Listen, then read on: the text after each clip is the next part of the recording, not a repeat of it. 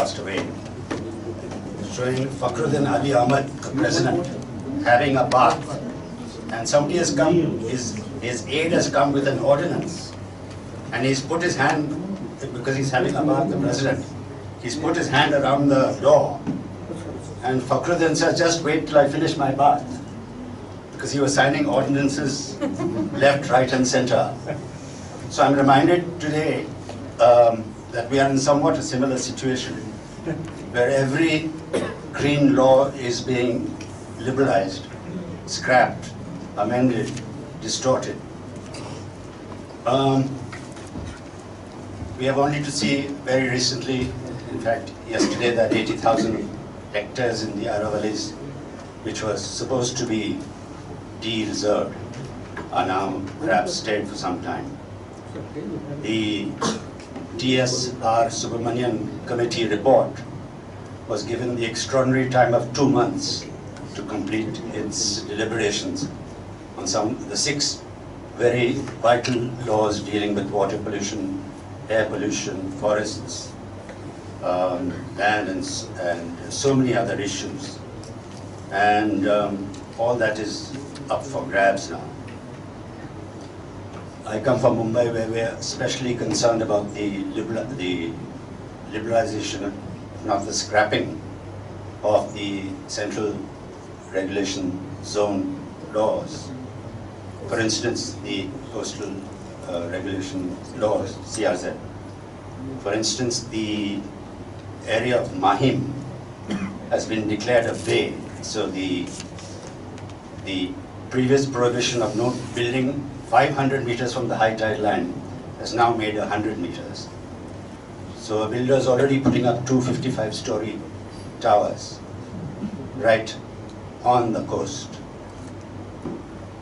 And let me be clear that if we should not think that this government alone is guilty of such misdemeanors. It's the toxic legacy of the previous Congress government in Maharashtra and elsewhere, where an absolutely idiotic scheme called the Coastal Road along the west coast of Mumbai, from Nariman Point to the northern suburbs, is being built for 10,000 crores.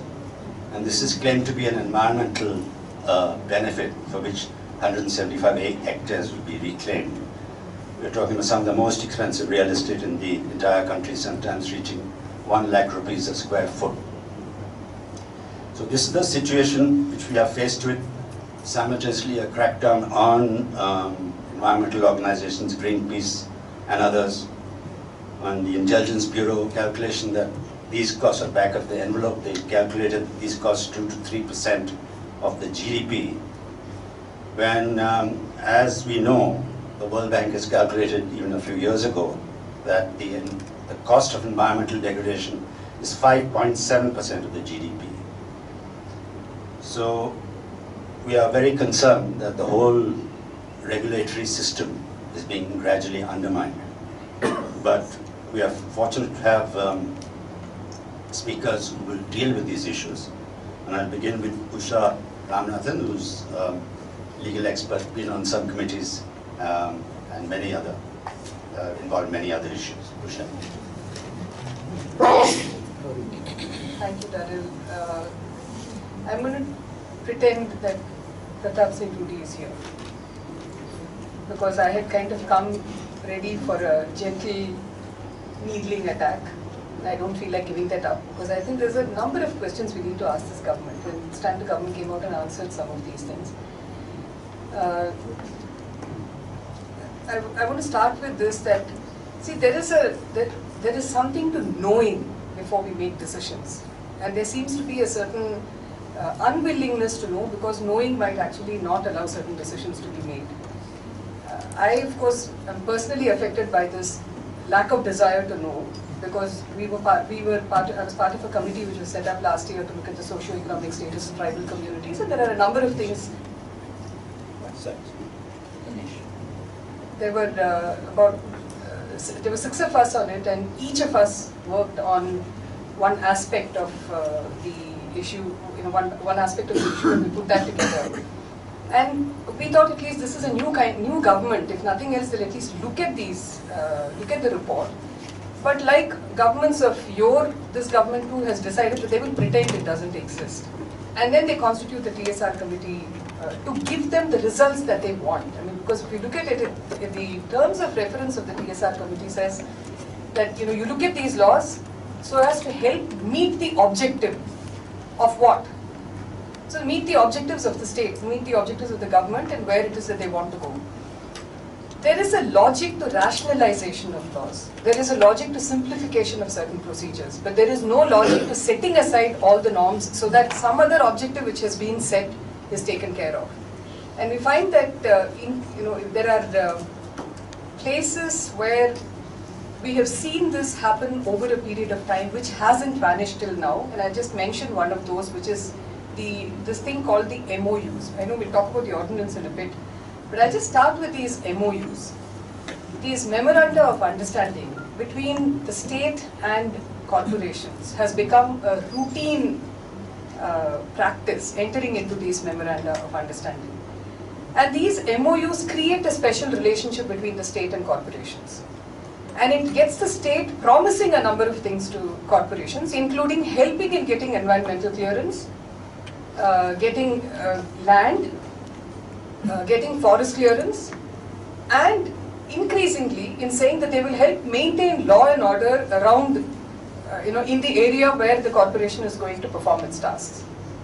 So it's a direct and open statement that the laws that the state itself has made in relation to the environment, in relation to forests, in relation to land, will now be subverted. Because if the state is, it's made the law, but now it's going to help procure those permissions and give it to the corporation. And then this idea of having law and order as an issue in these MOUs, it's about protecting the corporation from those who are likely to create law and order problems for it. So the state is very clearly pitching itself right next to the corporation and saying, we are holding your hand, we will use what we have as the power of the state to help you achieve what you want to achieve, because what you achieve is what we want in the shorter run. We want growth, and we believe only you can produce it. All the rest are dissipated energies all around, and it's not enough for us. So one of the things that I think we need to understand and interrogate, and to my mind, my interrogation tells me throughout, is the idea of MOUs between the state and corporations. The state is meant to be, we have laws, the state is meant to enforce the law. The state is not above the law like it often treats itself. And it has to learn to act within the parameters of the law and make people who are, who have to be governed by the law to follow the law. Instead, we have these, these various forms of subversion that have been happening, which have been disastrous. That's as simply stated as it is. Then we also have these devices that have been brought in over a period of time. One of which is setting up these, committees within government, which do not have to be bound by the law. So we have things like the Cabinet Committee on Investment, which will say that if it is a project which is 1,000 crores and more, we don't need to worry ourselves with all these laws. It's all right. The government can give permission. It's like the Parliament makes the law, the executive can decide which of those laws need to be taken seriously and in relation to whom. And so the Cabinet Committee on Investment gave itself the power, gave itself the responsibility of deciding where laws do not matter. So environmental laws, forest laws, land laws, all these can be given the go by through using this institution called the Cabinet Committee on Investment. Then we have the ways in which the laws themselves get diluted. So you have the Forest Rights Act, and under the Forest Rights Act, you have to have consultation with local communities. And if those communities are going to say no, you have to sit and do a solid rethink. There is a responsibility that the state owes to the forest communities. But then there is an impatience with the state. So they have a rule that they bring, a circular. It doesn't require, if Parliament can make whatever law, there's a circular that's issued, which says that in cases of linear projects, you don't need to have any consultation, you don't need to go through any of these processes, just go ahead and have those projects. What are linear projects? Like roads, railways, broadband, electricity lines. All these will therefore not require pipelines. They will not require any kind of consultation, or it doesn't require to concern itself. It doesn't even require the settlement of rights, the forest rights. It doesn't even require that. And they can go ahead and do what they want. So there is a way in which the pragmatism of the state and the way in which the state determines what its imperatives are, this is allowed to walk away from law and from the, from the kind of responsibilities that the law places on the state. The state is plainly seeing itself, and like Daryl was saying, it's not now, it's been happening over a period of time, where I remember in 1995, in a discussion that we had in Delhi School of Economics on law and economics, we had one of the senior economists of today saying, midway, it was between lawyers and economists, one of the few times when economists outnumbered lawyers. So there were 20 economists and 5 lawyers. So I suppose they have felt confident enough to say that, constitution is not relevant for economics. That's for other things like liberty and whatnot. It's got nothing to do with economics. Now you find that growth has nothing to do, market has nothing to do with the constitution. Ditch the constitution, let's carry on. So in relation to the constitution, I just want to say 2 things that we keep as, as a kind of thing that we keep repeating. One is that the constitution is not about the powers of the state. The constitution is about the limits of power of the state in relation to the people. And that gets forgotten very often. The second thing is that the constitution is about protecting the weak against the strong. It's not about strengthening the strong. Of course, we do realize, we had a bit of a laugh about it a few days ago when we realized that the corporation has now been showing itself, demonstrating how it is the weak party in all of this. It's not able to get land, it's not able to get clearances, there are all kinds of regulatory agencies that breathe down its neck. So, it has become the weak entity in this country, so it needs the protection of the state. Some of these have acquired proportions that are no longer funny, unfortunately. And it's seriously, when you go to land meetings, you'll find corporations, especially before the 2013 Act came in. After the 2013 Act came in, the shrillness has increased. But prior to the 2013 Act, where you would have corporations saying, it's the job of the government to get us land. We can't go around looking for land. And they have to give it to us because they want growth. It's like corporations are really these philanthropists who are sitting there and waiting to do something for people, but nobody knows how to receive it from them. So there are all kinds of myth creations that are happening in this, and after a while we get confused. Is it really, poor corporations, are they really having such a hard time, or is it local people who are having a hard time? And in relation to land, we've seen this is how the debate has gone, you can call it a debate over this period of time. I want to say one thing about the Forest Rights Act, and I'm deliberately speaking in bits and snatches because I think everyone here is conversant with most issues, so I don't have to do and in 10, 12 minutes, it's not a good idea to try and do, a kind of essay model. And unlike you, I'm not, unlike Sagar, I'm not organized through the PowerPoint, which was extremely effective. So I want to say this, that there is something that gets forgotten about the forest laws, which maybe we need to recall in the current context. And it's this, that, when the Forest Rights Act came in, to my mind, it's about the most dramatic moment that we've had, and it's a moment of drama that many of us missed. The reason I say it is dramatic is because if we look at what laws existed prior to 2006 in relation to the forest, it was primarily, it was the Indian Forest Act, and then it was the Forest Conservation Act. When the Forest Conservation Act came in, I was among many others as a law person when I looked at it. I said, if there is a Forest Conservation Act, it must be about conservation. And for a long time, many of us believed that that's what it was about, or we thought that's what it must be about, till we realized that actually it was about shift of control. If you look at the 1927 Indian Forest Act, you find that it is, of course, that had nothing to do with conservation, but it did have totally to do with control by the state of forests, or forest resources, essentially of trees. The rest of the forest was not as relevant for the Indian Forest Act as the trees themselves were. So in reserved forests, it would be completely under the control of the forest department, of the government. And in protected forests and in village forests, it could be handled by other people unless it was taken over because of bad management. It was taken over by the state. And we find that the forest department that came in from before and carried on, it's carried on till very recently in the same kind of form.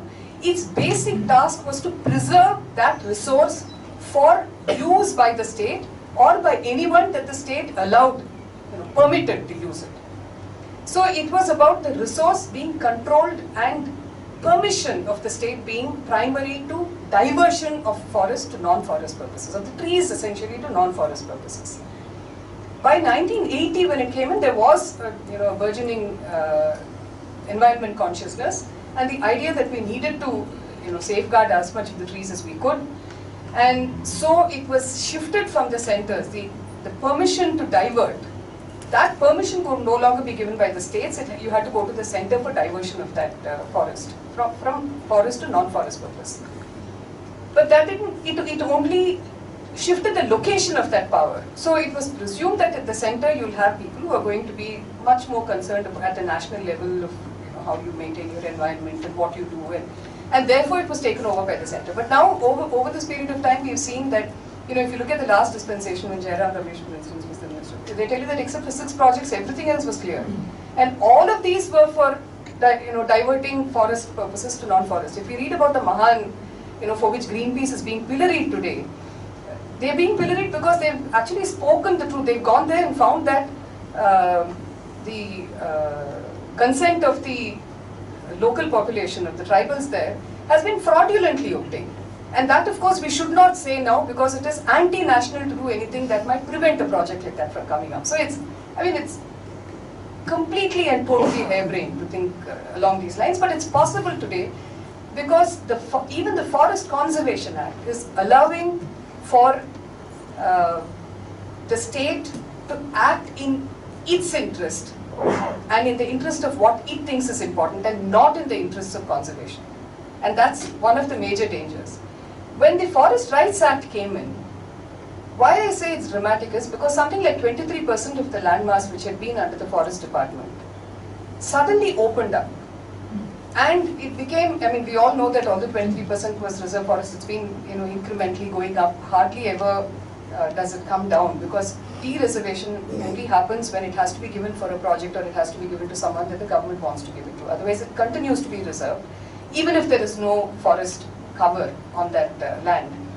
And we find that over this period of time, this 23% is completely under the Forest Department. When the Forest Rights Act came in, they said that we are undoing a historic injustice. We are recognizing rights in people. So this was not about giving rights to people. It was not about redistribution. It was acknowledging that the idea of encroacher and of wrongdoer in the forest was itself wrong, and they were apologizing to those communities and pulling back on it. So one of the things therefore that had to be done was all those pink slips that the local populations would have, because that was the only patta that they had. That if they had to establish how long they had been in the forest, they would show us these parchis which which indicated that they had been given, that they'd been asked to pay a penalty, or that they had committed a forest offence. It meant that they had been resident there for as long as that, as far back as that parchi is dated, at least. So this idea of the forest dweller as an encroacher, as somebody who is there at the sufferance of the state, that was put aside. But what it also did was to dilute the dilute the control that the government and the Forest Department had over these areas. We know that there has been a lot of debate that's gone on about what will happen if it's going to get into individual rights. There are problems with it, and I'm not going to, I'm not going to lower the scale of that problem. The imagination that was possible to put into this law has been limited into the Forest Rights Act.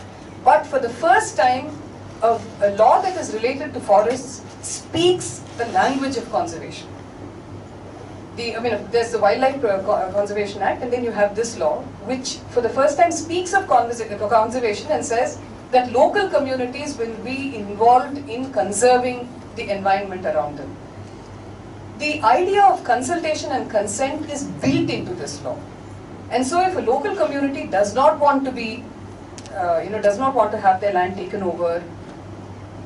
And I'm going to step back a bit in the middle of that sentence and say that, this doctrine of eminent domain, when you said in the last session, when you were saying that private property is a problem in relation to nature, private property is a problem.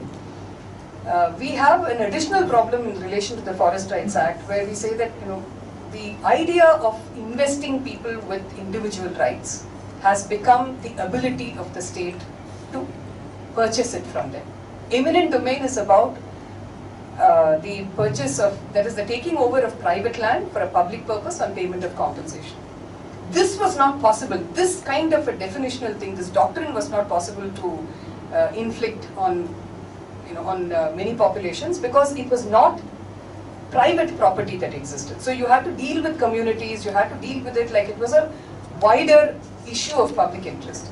Now with the Forest Rights Act, they're saying, you see the number of places where they say this. They say, come on, quickly settle the forest rights under the Forest Rights Act so that you can buy it. So wherever there is a project, you have to hurry up and settle the forest rights. So there's no moratorium on when you can take it back, and it is it can be a coercive acquisition, can be taking over, because now it comes within that doctrine of eminent domain. I think we need to revisit the idea of eminent domain itself in that context. I'm not going to say too much because I know there will be discussions and things, so I'll just stop with that.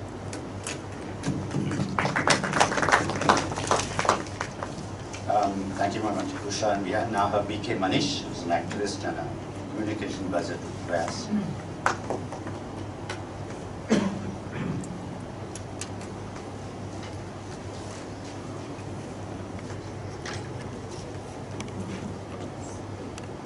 This session is understanding NDA 2's environment and land reforms. This is happening in the year of impending Paris conference in December. There is imminent threat, immediate action is required. No issues with that. I, as a tribal rights activist, still think that too much of partisan politics in a discussion like this takes us as far away from the possible solution that we may have. And therefore, I seek the collective permission from all of you to do a hop thing through a parabola and come back to this with a little bit of background. Because environmental concerns, societal concerns of environment have been codified in laws. There are serious anomalies within these laws, some of which were just pointed out by Madam. Many of these anomalies can be better understood if we always referred back to the fundamental law of the country, the Constitution of India, 1949.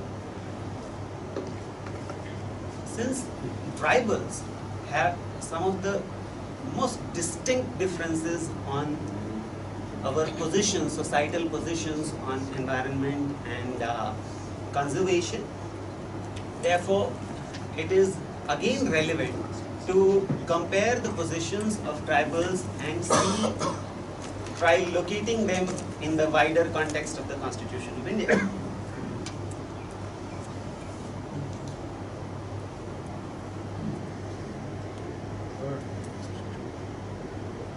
In the last 18-20 years, we have in a way started patting ourselves on the back that the times of brazen laws is probably over, or at least we have taken a turn. It all started with 73rd Amendment, and then PESA, and then FRA, which again, Madam elaborated a little.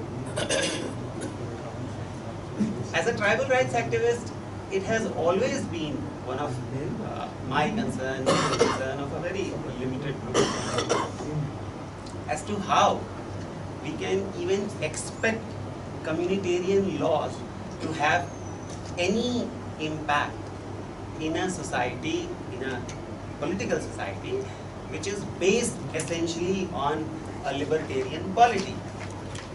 This is not to say that there is not much of academic study. In recent years, about 6, 8, 10 years, we have been pointing a little bit on this issue of the whole dilemma of communitarian rights, actualization of communitarian rights in a libertarian polity.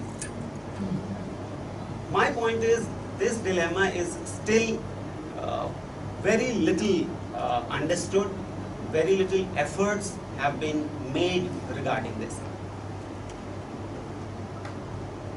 I distinctly remember one of the ministers from Bastar, Arvind Netamji, saying that I wept with blood when I saw that consent of Gram Sabha was fraudulently gathered in the room of district collector. Was this the scene for which we had fought and fought so vigorously for PESA? I asked him, but sir, why are you crying now? Was it not clear to you when we were working on this law that the problem is not that it is not being implemented, the problem is it cannot be implemented. Some 2 years back, Mr. Digvijay Singh commented on PESA rules. I think it was Shubhranshu's book launch in IHC. And he said, and mind you, Digvijay Singh was the first chief minister to have drafted PESA rules in the country. Although he did not notify, and there is much drama behind that. But much action happened on PESA in the erstwhile undivided state of Madhya Pradesh. And he said, while PESA is a fancy reel, it goes against the basic principles of the Constitution of India. It is definitely something that most of us would like to simply laugh away, and which is the most tragic thing. This is to say that even politicians like Digvijay Singh can at times speak profound truth, and profound truth that we are unwilling to even think about, let alone accept them. In all this discussion of environmental conservation, sustainability, it appears that our focus is essentially on politicians and bureaucrats who are trying to shirk away or trying to side with some vested interests, overlooking the interests of the community.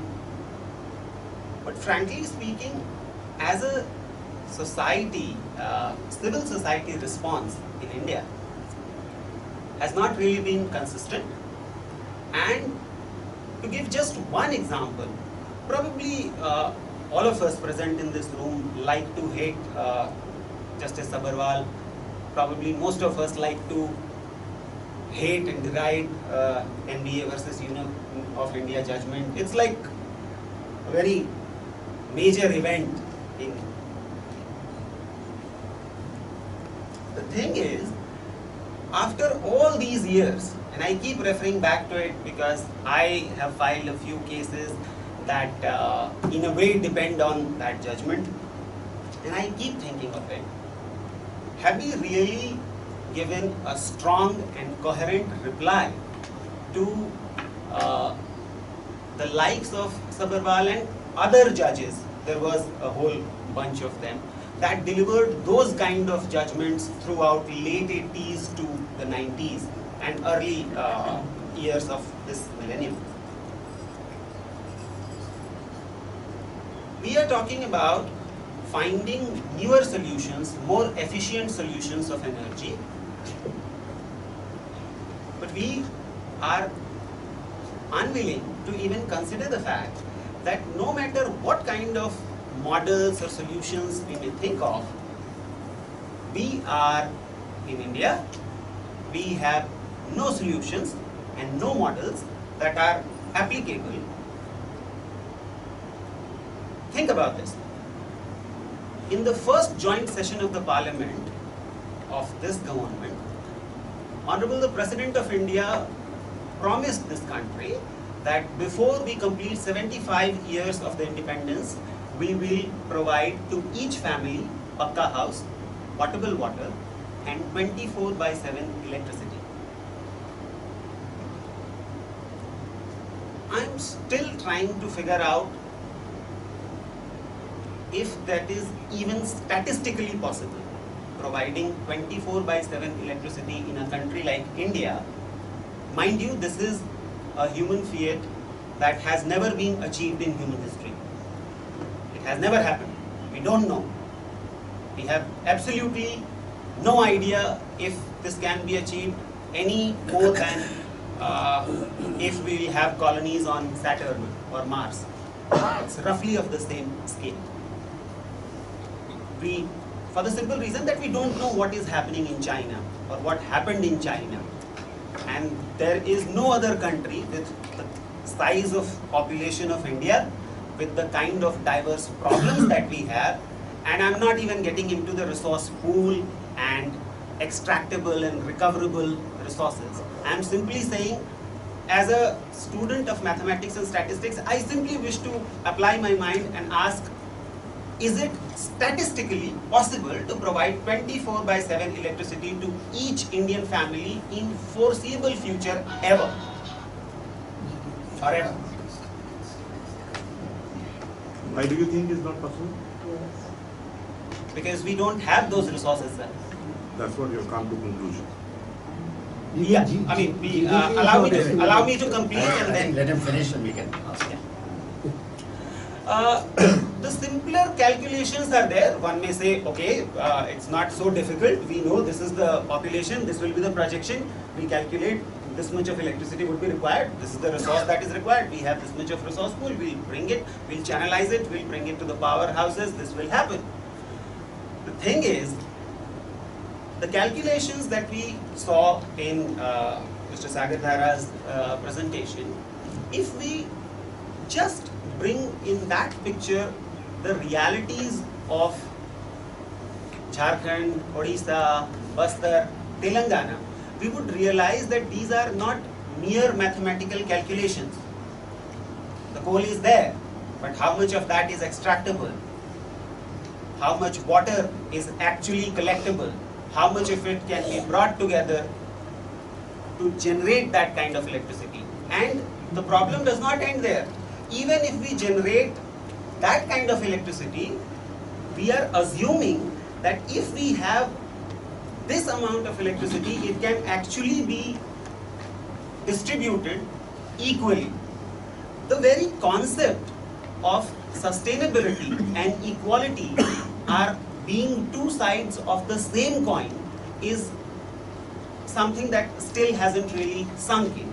And one of the major reasons for that is that we have not localized the concept of sustainability.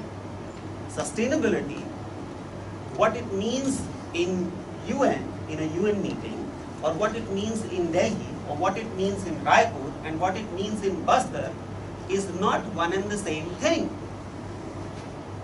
It is not rocket science. It's a very fundamental thing that needs of various communities differ. This then has to be seen in the context of laws. It is rather easy to pontificate by comparing executive or legislative measures of A government with B government, or to get even more cynical and say even these two are not happening, and we have people of both kinds.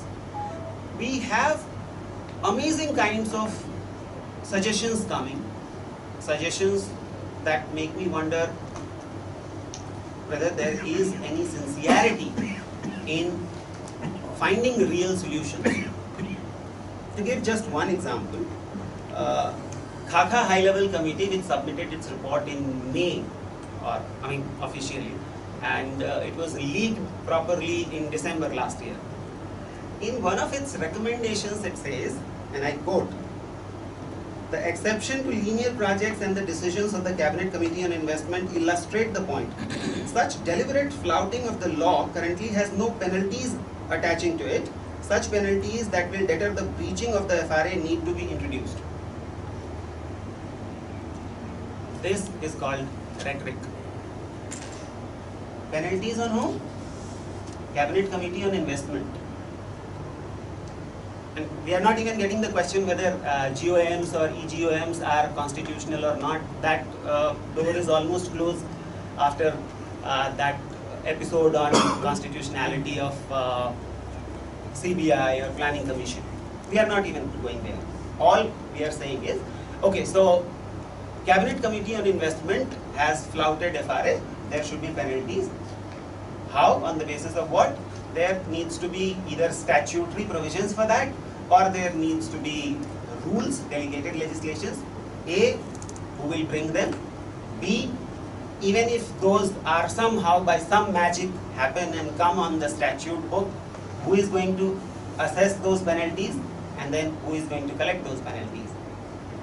Mr. Chari earlier was saying that public policy inputs can only come from meetings like this, and they cannot come from certain gatherings in Jantar Mantar.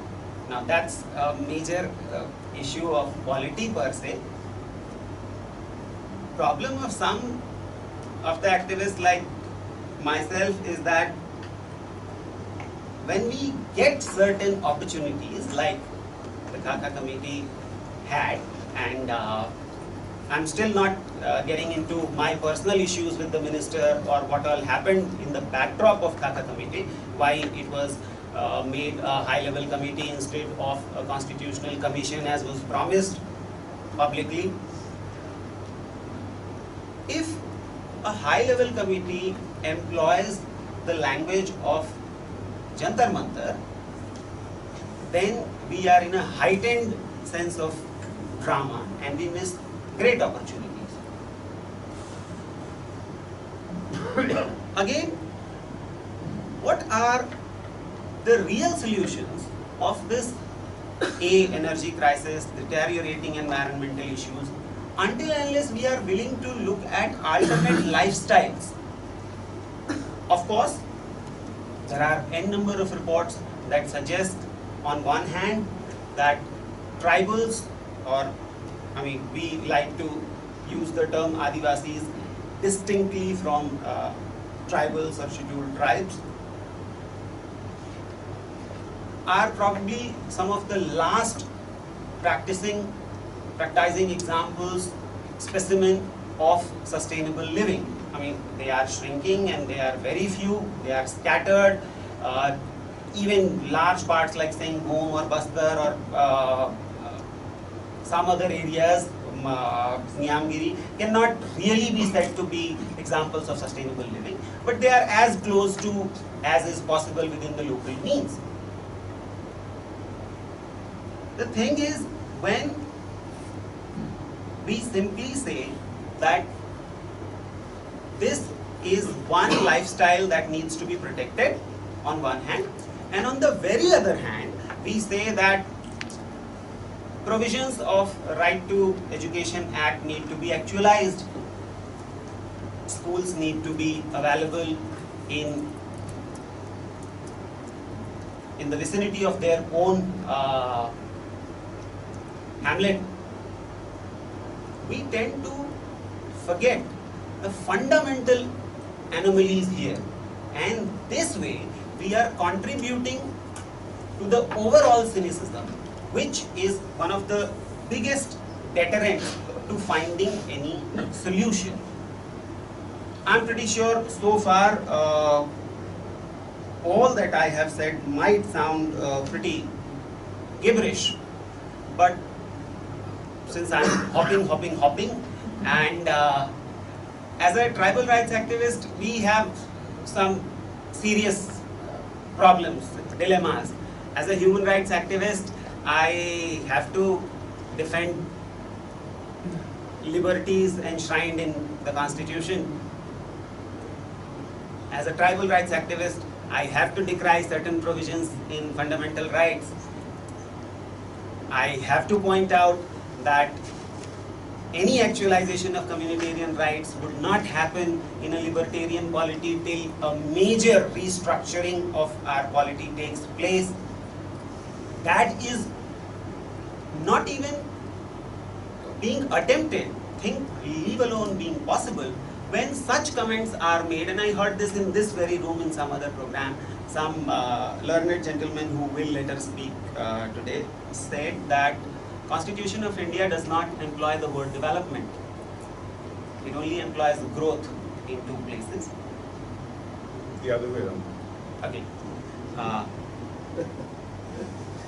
The idea essentially is, pardon me, I'm really sorry for that. The thing is, seeing development somehow as some foreign conspiracy and failing to locate it within our own fundamental law. For instance, we all like to say that somehow we have not kept the promises that we made in the Constitution of India, 5th schedule and 6th schedule, and therefore we are now attempting some course correction. We are bringing more progressive laws like FRA, and we are not even discussing the basic sense of sociology of law, that if you put community rights and individual rights in the same basket, community rights would never be actualized. It's an impossible.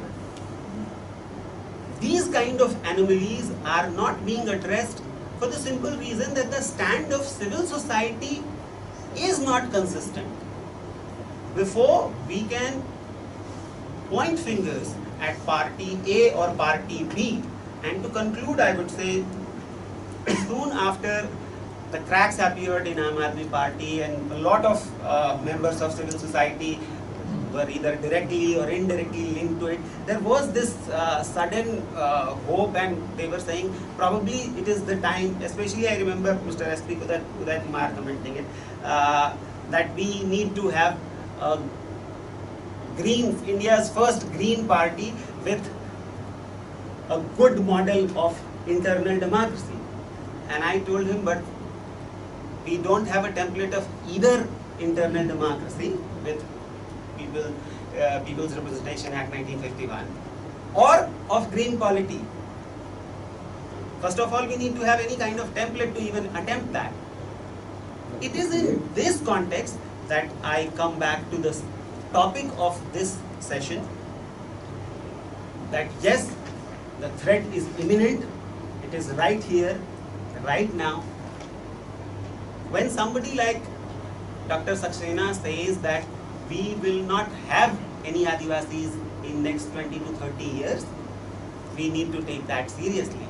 We have been able to achieve the kind of annihilation of Adivasis in such a short time of 60-70 years, which took several centuries in Americas, in Europe, or in Australia and New Zealand. In that sense and in that context, our achievement is amazing. The ideas were there, whether you like to find them in Hind Swaraj or in some other parallel or alternate subaltern text which we have refused to even recognize. We refuse to recognize that certain thinkers like Ghurye still stare us in the face. I mean, at least he stares me in the face every time I open the pages of Constitution, but he has never been acknowledged as one of the grandfathers of the Constitution of India. We give much credit to European thinkers. The father of Indian sociology, sociological studies, Ghurye, has not been acknowledged as one of the fathers of the Constitution of India. It is in this context that now that the extinction is very clear and in our face, probably we need to reconfigure our positions and the solutions that we are going for. And only after such a course correction at our end takes place that there is any hope that we would be able to bring around the bureaucracy and the political executive to the realities that this is not something to be trifled with. This directly relates to our future. Thank you. If all speakers keep to 10 minutes, we'll have more time for discussion because we have to close at 10. So the last speaker is Kamal Mittal, who's an environmental activist and entrepreneur.